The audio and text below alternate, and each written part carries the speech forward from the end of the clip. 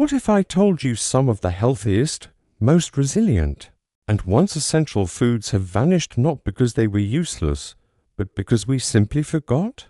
Not to spoil the ending, but we didn't just lose recipes, we lost entire relationships with plants that saved lives, filled stomachs, healed wounds, and made it possible to survive when the world outside your door was starving. In the modern age of food trucks, farmers' markets, and pre-washed bagged salads, we've come to believe our current food system is the peak of human agricultural evolution. But history says otherwise. There was a time centuries ago when survival depended not on supermarket shelves, but on what could grow under the worst conditions in the worst soil during the worst weather. And somehow those plants did more than survive. They thrived. This isn't a romantic story about nostalgia. It's a reality check. For most of history, hunger was not a concept, it was a companion. Every meal was a negotiation with the land, and in that struggle, medieval farmers developed a deep understanding of the wild, the strange, and the stubbornly persistent plants that kept them alive. They cultivated vegetables you've probably never tasted, maybe never even heard of plants, with names like Skirret, salsify, Good King Henry, and Fat Hen. These weren't boutique curiosities, they were lifelines. Some could store for months in cold cellars. Others pushed through frozen soil when everything else died. Many had more nutrients than anything we grow today. And still, they vanished. Why? Because modern farming didn't reward persistence. It rewarded speed, uniformity, looks, shelf life. And in that cold arithmetic of agriculture, the tough survivors were cast aside in favor of high-yield hybrids and polished produce. What we gained in scale, we lost in diversity, in nutrition, in taste, in history. The vegetables we forgot didn't. Fail us, we failed them. So today, we're digging them up again, not with hoes and spades, but with curiosity. In this story, we're not just learning about 15 forgotten vegetables. We're rediscovering a lost survival manual tucked beneath centuries of soil and convenience. Each plant is a lesson, a memory, and a challenge to reimagine what food could be if we let it grow wild, real, and resilient again. Get ready, because what's coming isn't a cookbook, it's a time machine. And by the end of this journey, you may not look at your dinner plate the same way again. 1. Skirret, sweet, low-maintenance root vegetable, reliable during winter and highly versatile roasted, boiled, used in pies. Tasted sweeter than carrots or parsnips, once favored by royalty. Asterisk in a world where carrots had to be pampered. Parsnips took their sweet time and potatoes hadn't even made it to Europe yet. There was a root that quietly fed people without complaint, without ceremony, and without asking much in return. Its name was Skirret. You probably haven't seen it in a grocery store, maybe not even in a seed catalog. But for centuries, Skirret was the underground hero literally of medieval survival. It wasn't glamorous, it didn't show off, but it got the job done. And it did it sweetly. Skirret is a root vegetable, but don't let its plain appearance fool you. Its taste is surprisingly delicate, sweeter than a carrot, smoother than a parsnip, with a gentle, almost floral quality that made it beloved by medieval cooks and nobility alike. In fact, royalty specifically requested it be grown in palace gardens. Why?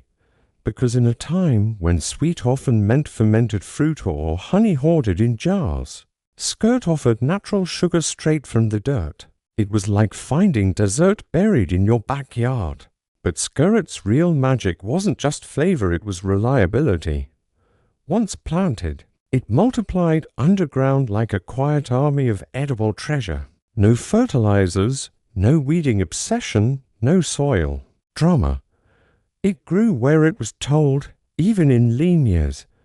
And when winter came and fields were barren, the Skirret stayed put, hidden, hardy, and waiting to be dug up like an agricultural savings account. In farming terms, that's a miracle. In survival terms, it's a lifeline. Its texture made it perfect for roasting, boiling, frying, or stewing. Medieval cooks used it the way we use potatoes today, except potatoes didn't exist in Europe yet. Skirret was the original go-to starch before tubers from the New World arrived, and changed the menu forever. It made its way into pies, pottages, broths, and even sweet desserts. You could say it was the Swiss Army knife of medieval roots. But unlike modern monocultures that demand constant intervention, Skirret just kept showing up season after season, cold snap after cold snap, and yet we forgot it. Why? Because Skirret doesn't fit into modern farming logic. It grows in clusters of thin, finger-sized roots, each slightly different. That's a nightmare for mechanical harvesters. It takes time to wash. It doesn't stack neatly. In a world of uniform carrots and photogenic parsnips, Skirret is too quirky, too fragile, too real. And so, it was left behind not because it failed us, but because we changed the rules of success. But here's the twist. Today, in permaculture circles and food forests, Skirret is quietly making a comeback. The very traits that made it a peasant's. A low maintenance, cold tolerance, sweetness without processing are suddenly valuable again. In a changing climate, with unpredictable growing seasons and growing concern about food security, Skirret doesn't look so outdated. It looks prophetic. Imagine this, a future garden filled with plants like Skirret, not because they're trendy, but because they're true. True to the land, true to the past, and true to the idea that food doesn't have to be flawless to be essential. Skirret reminds us that sometimes the best solutions are buried and all it takes is a little digging to bring them back. 2. Alexander's, edible in every part, stems, leaves, seeds, roots, grows wild. Similar taste to parsley, celery, replaced by celery in the 1700s. Asterisk if Skirret was the quiet workhorse of medieval fields, Alexander's was the wild child that showed up uninvited and demanded to be noticed. It didn't wait for permission. It didn't require planting. And yet, for centuries, it fed the hungry, seasoned the bland, and grew wherever human hands had forgotten to till. Alexander's wasn't just a plant, it was a presence. The kind of presence that pushed through cracks in castle walls, popped up along cliffs and roadsides, and waved its bright yellow flowers at anyone who dared to ignore it. And here's the wild part, every bit of it was edible. Leaves, stems, roots, flowers, seeds. Alexander's was the medieval answer to the question, what can I eat when there's nothing left to eat? If modern vegetables are specialists, Alexander's was a generalist, a survivor, a culinary Swiss army knife that offered something for every appetite and season. The young stems were tender like celery. The leaves brought a grassy, slightly peppery flavor to stews. The flowers added color and bite to salads. And the seeds, ground as a pepper substitute when trade routes dried up or coins ran out. But perhaps the most fascinating thing about Alexander's is how it straddled the line between garden staple and wild weed. Romans brought it to Britain, but once it arrived, it took off. Medieval farmers didn't so much cultivate it as tolerate it and then appreciate it. This was a plant that didn't need coaxing. It needed respect. It grew tall, often over 6 feet, and it didn't care about rows or boundaries. It cared about surviving, and that's exactly what made it so valuable. And yet again, we find a recurring pattern. Something so useful, so dependable, and so generous simply disappeared. Why? Because celery. That's right, celery replaced Alexander's. A plant that grows slowly, requires rich soil and constant attention, and offers little more than watery crunch. But celery fit the new mold of modern agriculture, uniform, manageable, and marketable.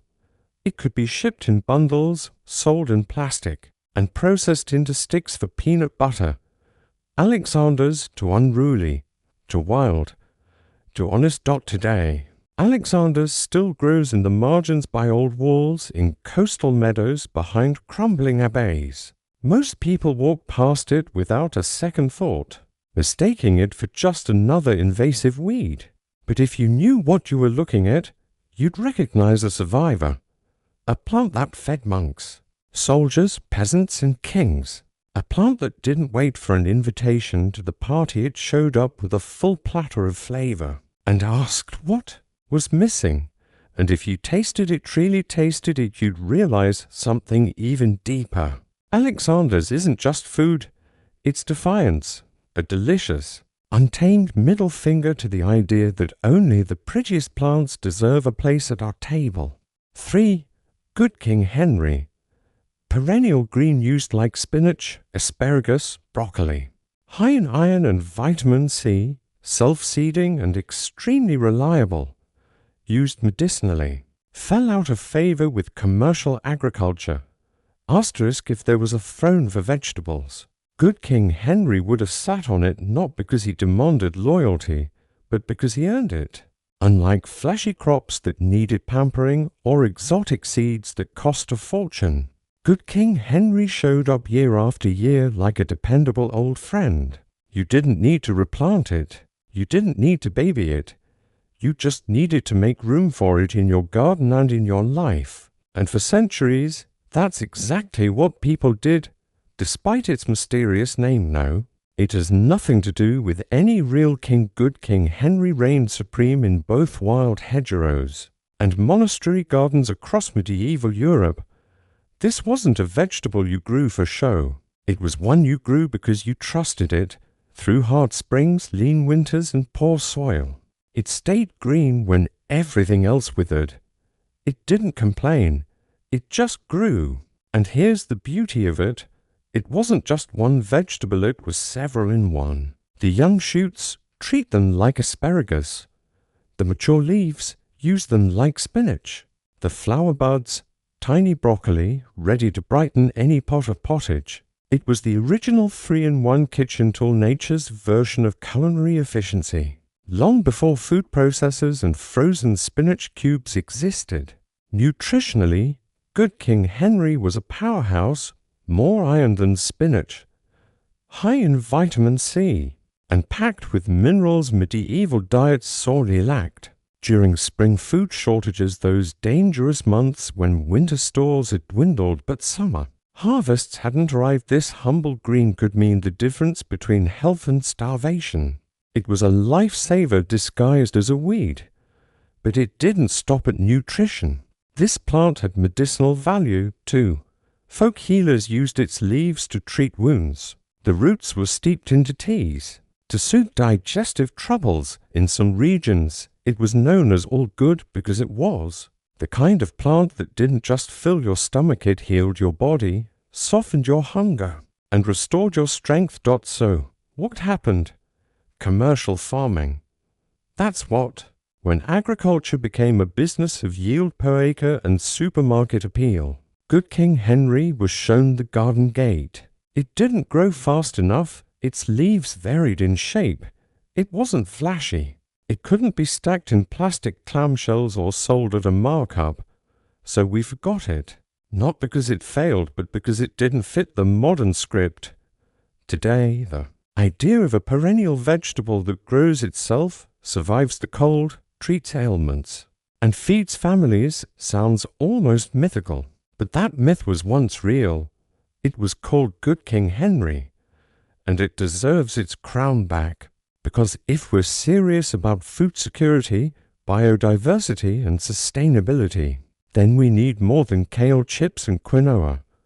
We need plants that remember how to endure, plants that don't just produce but persist. And Good King Henry, he's ready to return. All he needs is a garden that welcomes him home. 4. Salsify white and black. Oyster-like flavor made it popular during Lent as a seafood substitute. Winter hardy and could be stored for months. abandoned due to slow growth and odd appearance. Asterisks and vegetables wear their identity on there. Skin bright, bold, instantly recognizable. And then there's salsify, long, thin, with rough brown skin and a name that sounds more like a medieval potion than something you'd eat. It doesn't look like much, but salsify isn't here to impress you with appearances. It's here to fool your taste buds, endure the frost, and hold secrets that only those willing to peel back the surface can appreciate. Because once you cook it, you realize something extraordinary. It tastes like oysters. Yes, you read that right. A root that tastes like shellfish. In an age when food diversity was limited, religious fasting laws were strict and refrigeration didn't exist, that made salsify priceless. For medieval monks observing Lent, it was a loophole carved from the soil. For peasants craving something special in a season of sameness, it was magic. Monasteries recorded salsify being grown for this very reason, not as a gimmick, but as a dependable stand-in for forbidden luxuries. It was a substitute that didn't feel like a compromise. There were two kinds back then, white and black salsify. Both looked rough, like something a farmer might discard at first glance. But inside that knobby skin was a smooth, creamy root with a flavor that danced somewhere between artichoke and oyster, between earth and sea. When roasted, boiled, or mashed, it turned into something soft, savory, and entirely unexpected. In a time when meals were often predictable gruel, bread, more gruel, salsify was a culinary curveball. But it wasn't just about flavor. Salsify was a survivalist. While many crops died at the first hint of frost, salsify stood firm. It preferred the cold.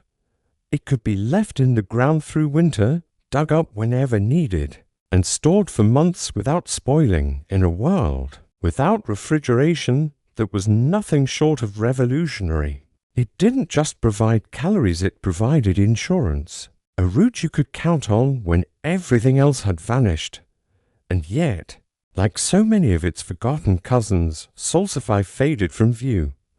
Why? Because modern farming didn't like its curves. Machines couldn't easily harvest its skinny, uneven roots. Its growth cycle was slow, its yield was modest, and its look was less than marketable. So it was edged out by louder, shinier, blander alternatives, foods that looked good in plastic, stacked well in crates, and said nothing at all on the tongue. But salsify never stopped being valuable. We just stopped noticing. And now, in an age where heirlooms are being rediscovered and chefs are seeking out ingredients that carry stories as well as flavor, salsify is starting to whisper again. Not shout, just whisper. And those who are listening, they're bringing it back. Because in a world of copy-paste produce, sometimes the odd, the slow, the strange, those are the things that remind us food isn't just about fuel. It's about feeling. It's about surprise, and salsify, it's surprise buried in the dirt, waiting to become the sea. 5. Medlar. Fruit that must let rot before eating. Tasted like cinnamon applesauce. Used in tarts, wines. Declined due to modern demand for instant edibility. Asterisk, there are fruits you bite into on a summer day and smile instantly crisp. Apples, bursting berries, smooth peaches. Medlar is not one of them. Medlar makes you wait. Medlar makes you question everything you thought you knew about fruit. And if you judge it by its appearance or its name, you'll likely miss the entire point. Because Medlar doesn't just ripen. It blets. And bletting means rotting intentionally, slowly, purposefully. Medlar is the fruit that dares to tell you, "Don't love me yet, I'm not ready." In medieval Europe, they understood this. They didn't mind waiting. They knew the good things in life sometimes took weeks, even months. They trusted the process. They respected the patience. So when they harvested Medlar's brown, hard puckered little fruits with a star-shaped bottom. They didn't eat them immediately. They placed them in straw, stored them in cool corners, and let them transform. Over time, the flesh turned soft, the texture changed, and the taste mellowed into something utterly unique, like cinnamon applesauce with a hint of wine. And earth, what was once inedible became exquisite. What looked like decay became delicacy. It wasn't just peasants who appreciated this strange fruit. Nobles demanded Medlar tarts at their feasts. Monks fermented it into wine. Poets wrote about it sometimes with admiration, sometimes with crude humor, because the fruit's open bottom shape made it the butt of more than a few medieval jokes. Medlar was both culinary and cultural, respected and ridiculed, odd and beloved, but its greatest strength wasn't even flavor, it was timing.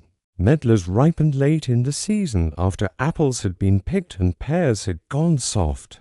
They were among the last fresh fruits available before winter, and unlike most fruit, they could be stored through the dark months.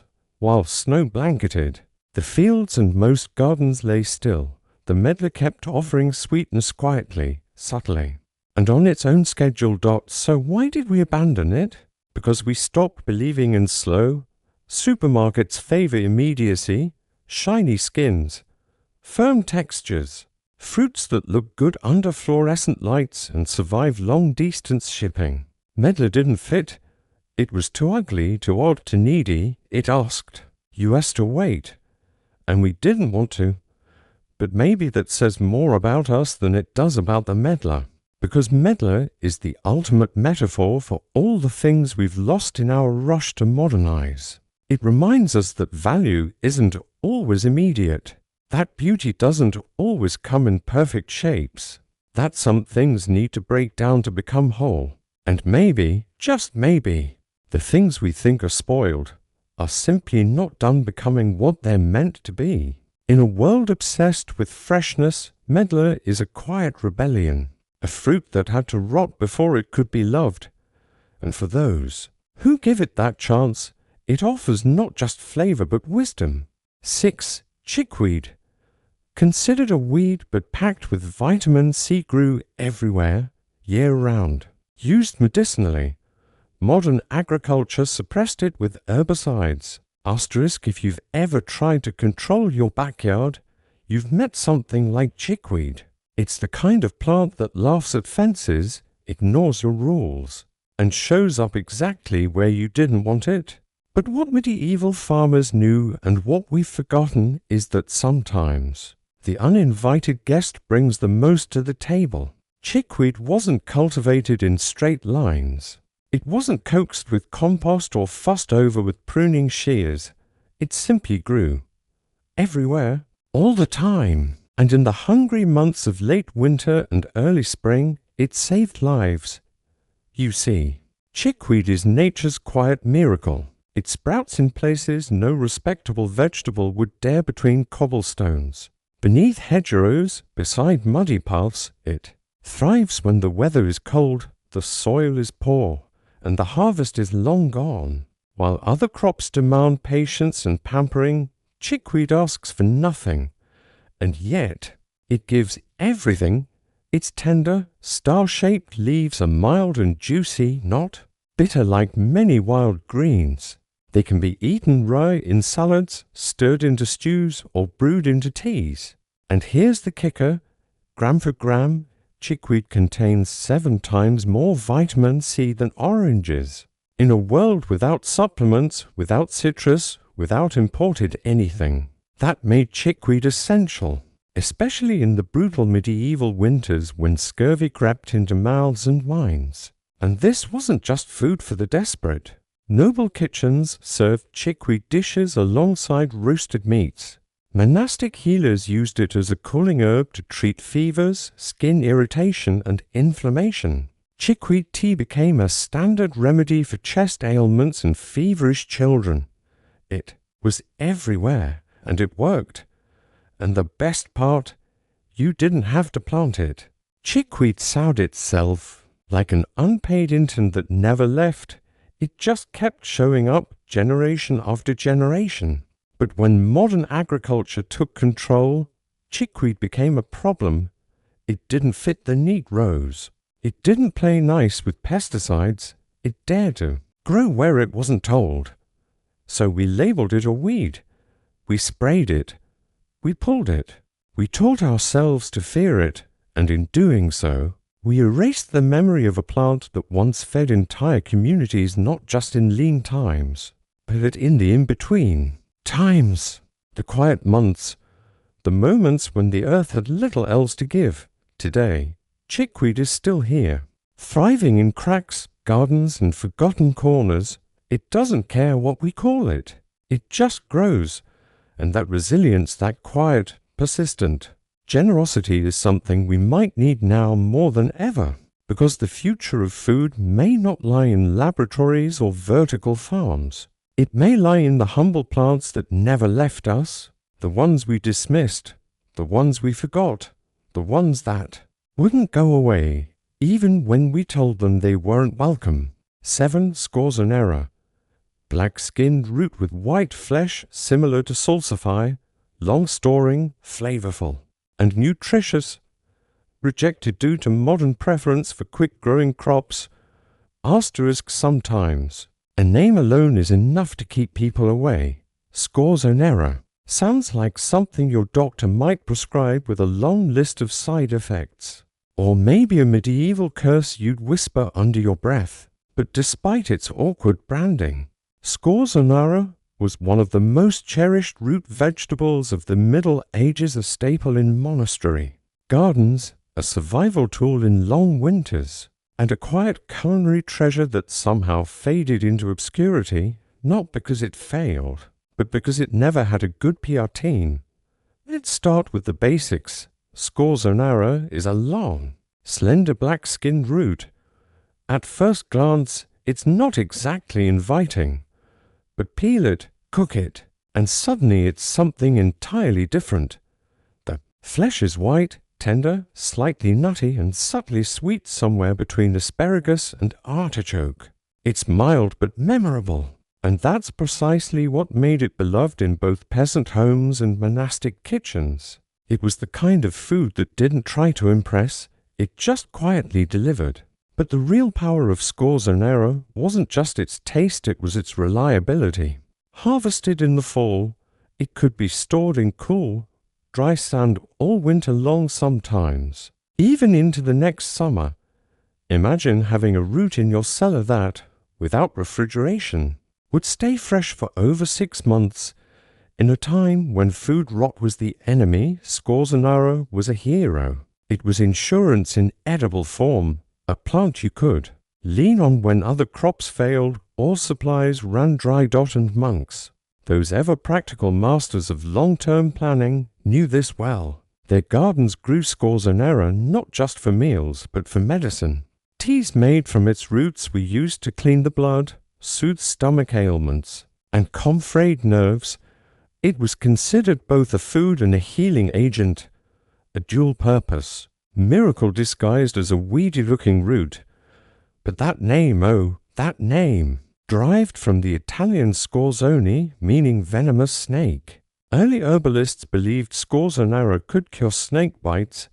That part didn't hold up to science. But what did hold up was everything else, its flavor, its storability, its resilience. Yet despite all this, Scorzonera began to disappear.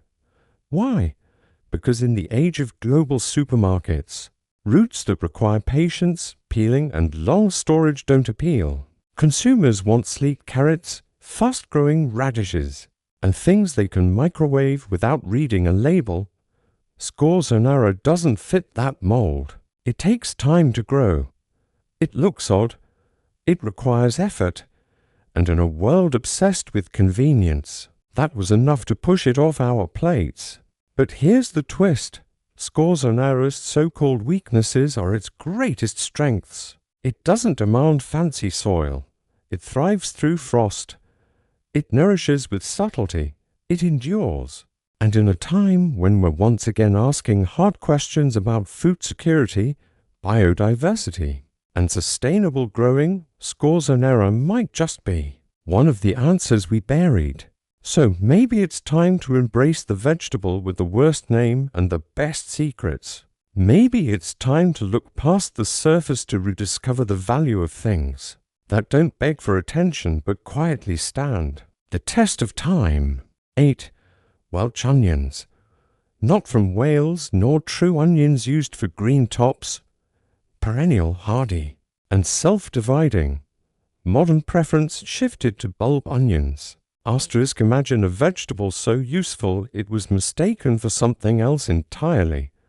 Now imagine it coming back year after year, feeding families through winter, flavoring soups, stews, and broths, all while quietly hiding behind a wildly misleading name. That's the story of the Welch onion. Not from Wales, not actually a true onion, and yet somehow more dependable than either. The name is misleading, but the performance isn't. Welch onions, native to East Asia, made their way into medieval European gardens by the 1200s, probably via trade routes and curious monks looking to diversify their plots. Once planted, they never left, literally, because unlike common onions, which require reseeding each year and produce a single bulb, Welch onions are perennials, plants that return season after season without replanting. They multiply quietly, underground, forming tight clusters that could feed a household for years. One plant, 10 years. That's not a vegetable. That's an investment. In medieval Europe, that mattered. In an age before refrigeration, before seed catalogues and store-bought bulbs, having something that could regrow indefinitely was the holy grail of food security. And Welch onions didn't just survive the cold, they thrived in it.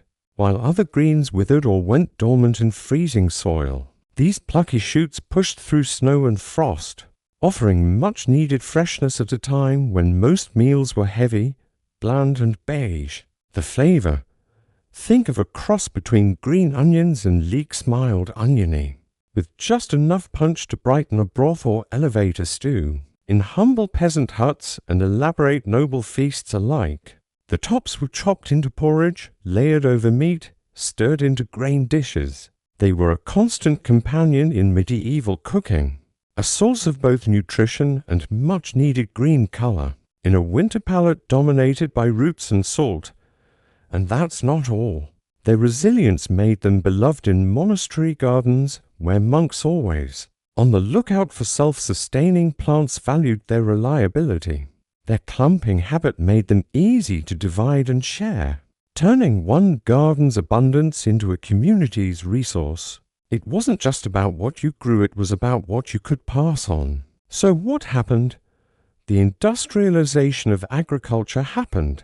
The rise of bulb onions, with their large size and glossy appearance, took over supermarket shelves. Welch onions, with their smaller size, unpredictable shapes, and soft greens, didn't stand a chance in a system built on visual perfection and bulk shipping. They weren't flashy, they weren't uniform, they just worked, and that wasn't enough anymore. But maybe, in a world that's once again learning to appreciate local food, resilience, and regenerative growing, Welch onions have a chance to shine again. They're not showy, they're not trendy, but they're there when you need them. They're consistent, they're generous, and if you give them a small corner of your garden, they'll feed you for years quietly, faithfully, without fanfare. The Welch onion is a reminder that sometimes the best things are the ones we didn't name right, didn't market well, but that stuck with us anyway. Not because they dazzled, but because they endured. 9. Fat hen. Wild green, richer in nutrients than cabbage, spinach, and kale. Eaten widely during famines and in peacetime. Modern farming labels it a weed. Asterisk, it's easy to overlook something that grows where you didn't plant it. Even easier to dismiss it when it has a name like fat hen. It doesn't sound like a vegetable, it sounds like something waddling around the barnyard. But for medieval farmers, fat hen wasn't poultry. It was a plant, a plant that showed up without being asked, demanded no care, and gave more than some of the best tended crops in the field. It was a weed, and also a superfood. Fat hen, also known as lamb's quarters, is the kind of plant modern gardeners rip out without a second glance. But back in the Middle Ages, people were smarter. They understood that food didn't always need to come with a pedigree. Sometimes it just needed to show up and offer help. And that's exactly what fat hen did. It appeared in gardens, in pathways, in fallow fields, and instead of wasting time trying to banish it, medieval folk gathered it, cooked it, and thrived on it. Why? Because this wild green was packed with nutrition, more protein than cabbage, more iron than spinach, more calcium than kale. Let that sink in. This weed was outperforming the vegetables we now market with slick health claims and designer branding. And yet it asked for nothing. No fertilizer, no tilling, no coaxing. It was nature's way of saying, "Here, I've got you covered."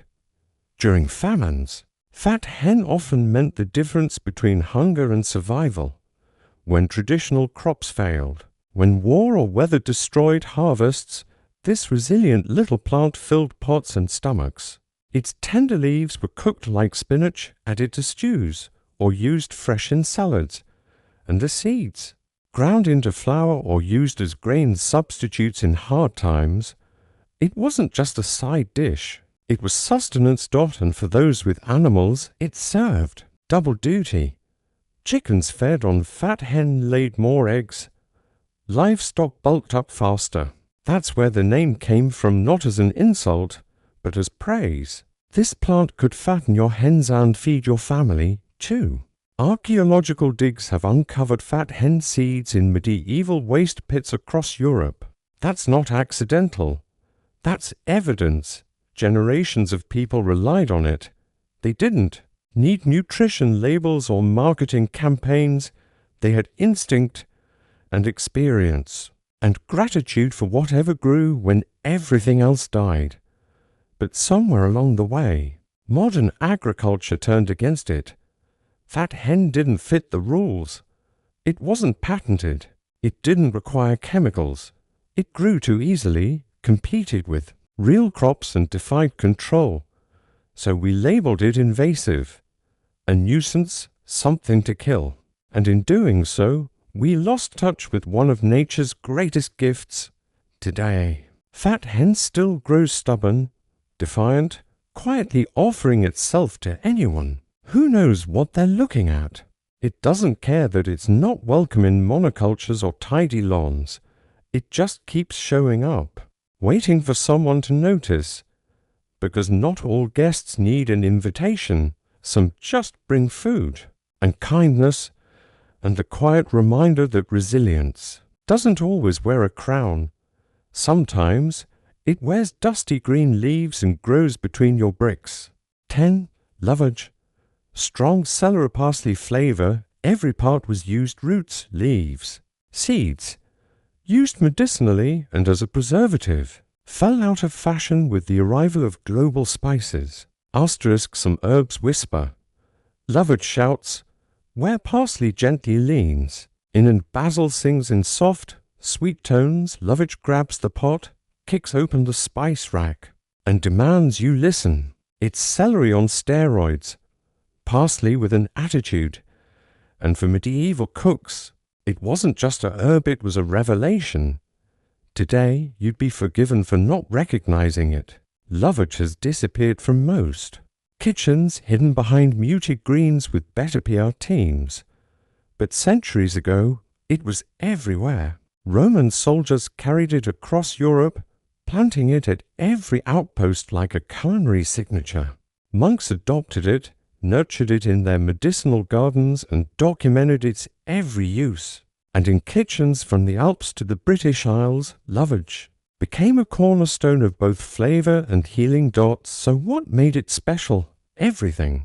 Start with the taste. Lovage delivers a bold, unmistakable punch. Imagine a celery leaf infused with parsley.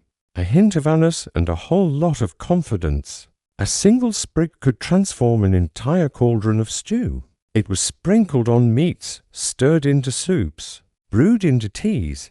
Its seeds flavored bread and cheese.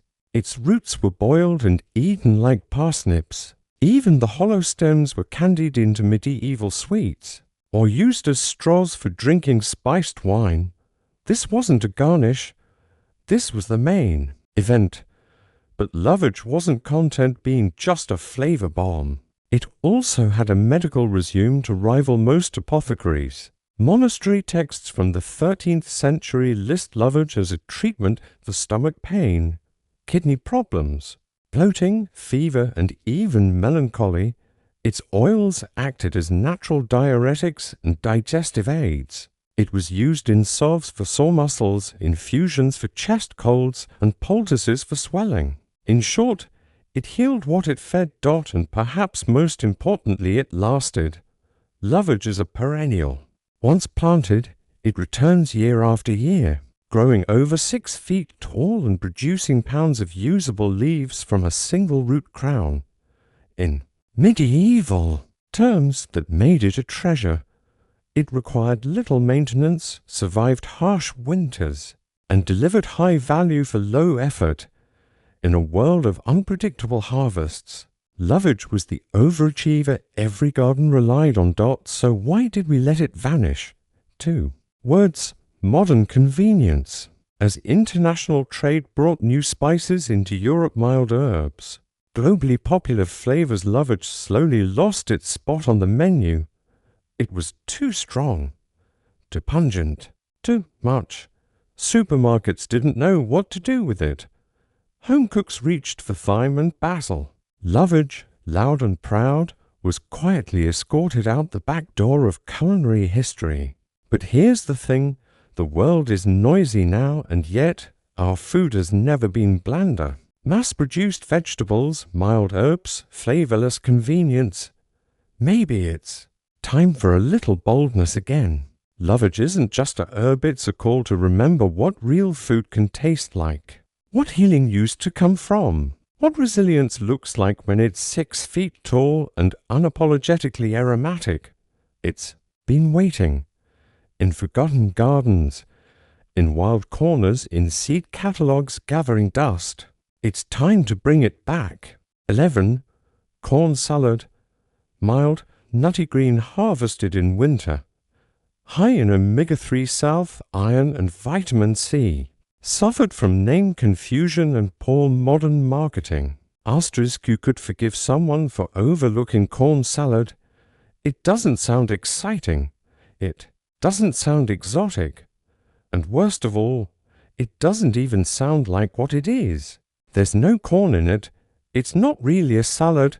And yet, for centuries, it was one of the most important winter greens in all of Europe. Acquired, humble, cold-loving plant that stepped in when everything else gave up. It was the background singer that carried the song. In medieval times, corn salad wasn't planted in neat rows. It showed up in the margins after the grain was harvested. When the fields lay fallow, corn in those days referred to any cereal crop, and after the wheat or rye was cut, corn salad would emerge like a gentle second act, popping up in the cold months when no other leafy green dared appear. It was wild, it was soft, and it was one of the few fresh things you could eat when frost clung to the windows and snow blanketed the world outside. Its flavor was mild, slightly nutty, with none of the bitterness common to wild greens. That made it both versatile and comforting. Peasants picked it from stubbled fields, adding handfuls to soups or eating it raw in rare winter salads. Nobles, too, came to appreciate its delicate flavor and soft texture. It wasn't loud, but it was consistent. In a world of turnips and salted meat, corn salad was green hope, and nutritionally a powerhouse. It offered iron and vitamin C at a time when both were desperately scarce. It contains 3 times the omega-3 south of iceberg lettuce, and delivers crucial micronutrients that helped prevent scurvy and other cold season deficiencies. In some regions, it was the only green thing anyone saw from November to March. But despite all of that, corn salad had a problem.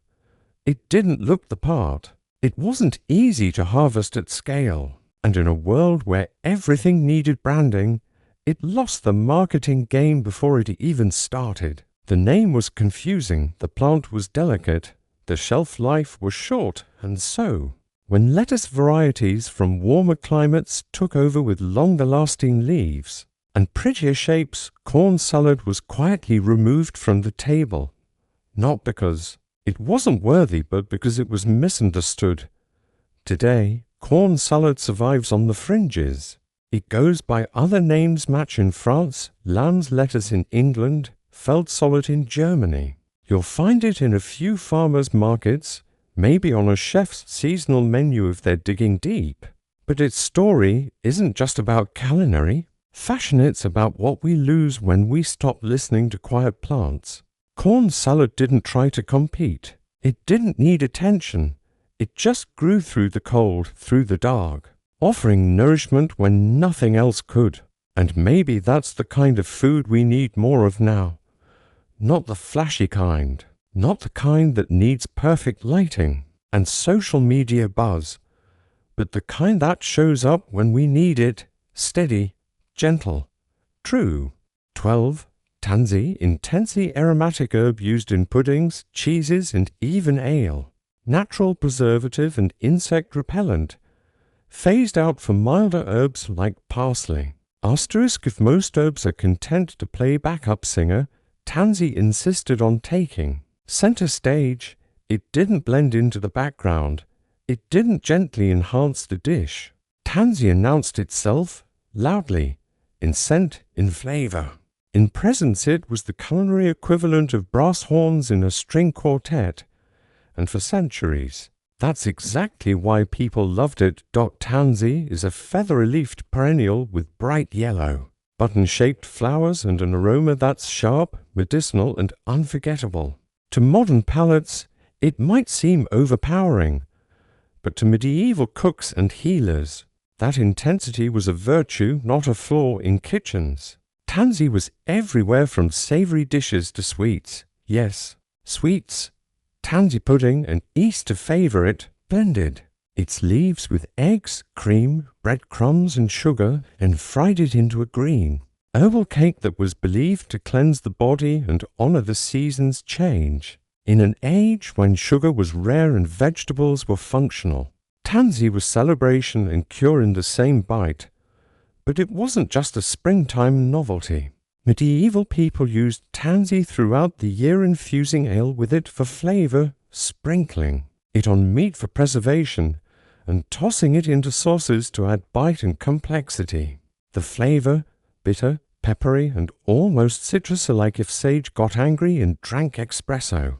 It wasn't for the faint of heart, but for those with trained palates, it was electrifying. And beyond flavor, tansy had a job in the medicine cabinet.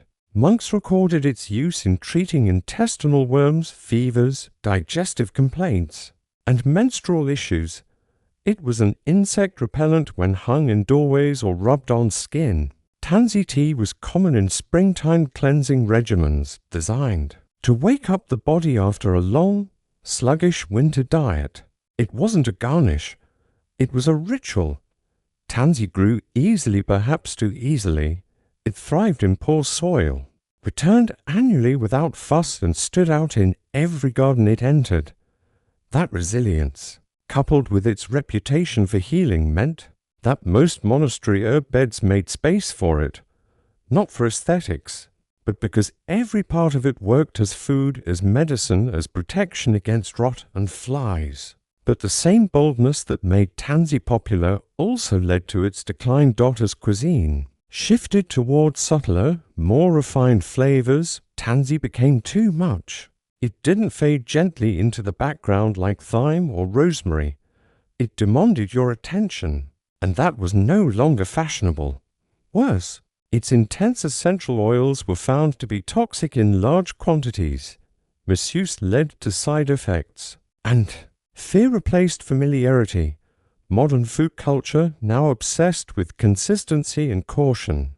Quietly retired tansy from the pantry. It went from sacred to suspicious. But here's the thing, it was never the plant's fault. It was our failure to understand dosage, context, and tradition. Tansy wasn't meant to be abused. It was meant to be respected. Like so many potent herbs, it walked a line between remedy and risk. It was a reminder that food used to be functional, powerful, not just taste but transformation. And in today's culinary world, where bold flavors are back and wild herbs are being rediscovered, tansy is tapping on the door once again, carefully, cautiously, but still confidently, because it never forgot what it could do. It was the rest of us who forgot to listen. 13. Sea kale thrives on coasts in salty soil rich in vitamin C. Used like asparagus or cabbage, overlooked despite being free and nutritious. Asterisk along windswept shores where salty waves kissed the rocks and most plants refused to grow. Sea kale stood like a secret waiting to be remembered. It didn't belong in polished gardens. It didn't need compost or raised beds or polite weather. It was wild, rugged, resilient, and for the medieval communities who lived by the sea often, overlooked and underserved sea kale was life. This isn't the kind of kale that Instagram influencers are blending into smoothies. Sea kale is older, tougher, and strangely elegant. Its thick, waxy leaves shimmer bluish-green in sunlight. Its flowering stalks resemble purple-tinted broccoli, and its roots dive deep into sandy, saline soil where most crops would shrivel in. Protest, sea kale wasn't chosen. It chose to thrive where nothing else dared. And medieval people noticed. Coastal foragers discovered its shoots in spring blanched and tender, like a mild, juicy asparagus. Later, its mature leaves were boiled or steamed like cabbage. And during the long winters, when green food vanished from sight, sea kale delivered something priceless, vitamin C in fact. Weight for weight, sea kale holds up to 6 times more vitamin C than lemons, a fact that kept scurvy at bay and breath in the lungs of coastal villagers. When ships were docked and trading routes froze over, it wasn't a garden showstopper. It didn't win prizes, but it stood its ground, literally feeding generations along the harsh northern coasts of Europe. And because it grew where the land met the sea, it was often one of the few fresh foods available to fishing families who lived on salted cod and dried grains. For them, sea kale wasn't trendy, it was survival. But like many wild foods, sea kale began to vanish not from the cliffs, but from our memory. As agriculture industrialized, the coastlines were ignored in favor of inland fields. Fertile land was plowed and ordered. Crops were selected for size, yield, and shelf life, not for resilience or self-reliance. Sea kale was too unpredictable, too seasonal, too messy for the tidy rows of modern food systems. Even worse, its biggest virtue growing wild became its biggest liability. It couldn't be controlled. It resisted domestication for centuries. And so we moved on. But here's the twist. In the 1800s, just as it was slipping away, sea kale almost made a comeback. Victorian gardeners fell in love with its bold leaves and edible stems. They blanched it under clay pots, harvested it in spring, and served it at high-end tables. But as global food trade expanded, sea kale was once again pushed aside, this time not by famine or failure, but by abundance. And yet, it still grows along English coasts, French beaches, Scandinavian shorelines. It whispers from the rocks, I'm still here. I still work. I still matter. In today's search for resilient crops, sustainable foods, and climate-adaptive plants, sea kale is quietly stepping forward again. It needs no irrigation, no pesticides. It grows where others won't. and it gives more than it takes. Maybe in this noisy world, that's the kind of food we should be listening to. 14. Woad, known for its blue dye, but young leaves were edible, mild, mustard-like flavor, fell out due to smell and industrialization of dyes. Woad is remembered for one thing, its color, a deep, haunting blue that once painted warriors' faces, stained monks' robes, and defined centuries of medieval textiles. But long before it became a symbol of resistance, ritual, and royal decree, woad was something simpler, something quieter, something almost nobody remembers. It was food. Strange, right? A plant famous for its dye being served on a plate. But this is one of those historical quirks that reminds us how much we've lost.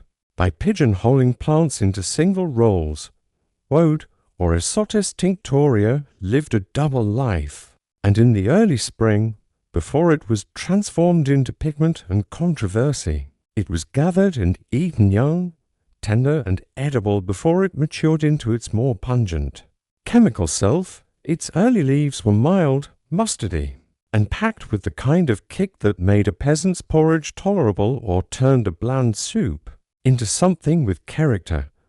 Think arugula's wilder cousin, green, peppery, and ready to wake up your tongue. And for medieval communities staggering out of winter, woad offered not just flavor but nutrients, iron, vitamin C, bitter compounds that stimulated digestion, all hidden in a leaf that most people now associate with laundry vats and smelly dye pits. That's the twist. Of course, because once those leaves matured, they were fermented, ground, and transformed into an infamously stinking blue paste. Woad dye production was not a subtle affair. The smell was so bad that medieval towns literally passed laws banning woad dye factories from operating near palaces and marketplaces. If you lived downwind of a woad pit, you knew it. And yet the blue it produced was coveted, rare, sacred. Before indigo arrived from overseas, woad was Europe's only gateway to blue. But that smell, it distracted us from the plant's other gifts. The early edible leaves were forgotten, overshadowed, dismissed. Woad became an industrial crop, a commodity, a symbol, no longer a garden green, no longer a forager's friend. That's the tragedy of specialization. A plant that once fed people, healed wounds, and colored history was boxed into a single identity. And when synthetic dyes arrived in the 19th century, that identity collapsed. Woad vanished from fields and tables alike, but it doesn't have to stay gone. In the right hands and with the right knowledge, woad can be reclaimed not just as a dye, but as a food, a seasonal green, a curious, nutrient-rich reminder of how complex and generous the natural world can be. Before we reduce it to a single function, woad is more than a color. It's a cautionary tale and an opportunity to see plants for all they can offer, to welcome back what we once sent away. 15. Turnip greens, often ignored today in favor of the root, contain more calcium, vitamin A, and protein than turnip roots, used in soups, stews, and salads throughout the growing season. Asterisk today, most people buy turnips for the bulb. The greens, often trimmed, tossed, forgotten if they even make it to the market at all. But centuries ago, that leafy top wasn't an afterthought. It was the main event. In medieval times, when calories were scarce and winter was cruel, turnip greens were a vital bridge between survival and starvation. They were more than edible, they were essential. Let's set the scene. You're in a 12th century village. Winter has dragged on for months. You've eaten your way through your root cellars, carrots, and cabbage. Your grain stores are dwindling. The frost is deep, and then life. Turnip greens emerge as the ground softens, sprouting like defiant green flags above the soil. Before the bulbs even fatten, the leaves rise first, and those leaves, packed with iron, calcium, vitamin A, and vitamin K. They were among the first greens available after the hunger months as spring tonic, both for body and for hope. And these weren't delicate garnishes. Medieval cooks and healers knew how to work with bitterness. Turnip greens were chopped into hearty pottages, stewed with barley, wilted with onion and vinegar, or boiled with fatty scraps from preserved meats. The bitterness wasn't a flaw, it was a sign of strength, a signal that life was returning to the land, and to your blood dot in monastic gardens. Turnip greens were one of the first harvests of the new season. They restored the body after a long diet of salted meat and starch. For the poor, who often couldn't afford meat at all, they were sometimes the only green thing on the table. And because turnips were so easy to grow, quick to mature, cold tolerant, and willing to grow in poor soil, the greens became a kind of unofficial currency in the food economy, shared, swapped, relied upon. Yet, with all their utility, modern food systems quietly declared them unworthy, too bitter, too messy, too fragile for plastic packaging and air-conditioned produce aisles. They vanished from grocery shelves, trimmed away in favor of their rounder, easier-to market sibling, the bulb. But in doing so, we didn't just discard a vegetable, we discarded resilience. Because turnip greens don't need ideal conditions, they don't need weeks to grow. They thrive in compact spaces, they regrow after cutting, and nutritionally, they crush kale in several categories. 1 cup of cooked turnip greens contains over 600% of your daily vitamin K, and nearly 100% of vitamin A, with potent antioxidant properties that medieval healers understood even without molecular charts. So why aren't we eating them? Because we forgot the hunger months. We forgot the taste of desperation. We forgot what food is for. Turnip greens weren't made for Instagram, they were made for endurance. They fed children whose ribs showed through their skin. They healed wounds, built blood, and carried entire villages into spring. Now, as we face our own crises, food deserts, chronic illness, climate instability, it may be time to unforget them, to welcome back the bitterness, to rediscover that the leaves we tossed were never scraps. They were the starting point. Turnip greens ask nothing but space and time, and in return, they offer the thing modern food too often lacks: substance. 15 vegetables, 15 stories, and together a forgotten library of wisdom carved into leaves. Roots, stems, and seeds, these weren't just plants, they were survival strategies. They were medicine chests. They were flavor, resilience, and culture, all grown from the soil, shared around fires, passed down in whispers and recipes and rituals, and then quietly they disappeared. We didn't lose them because they stopped working. We lost them because they stopped fitting. They didn't suit the conveyor belts of industrial agriculture. They grew crooked, took their time, tasted too bold or too wild. They didn't photograph well. They weren't consistent.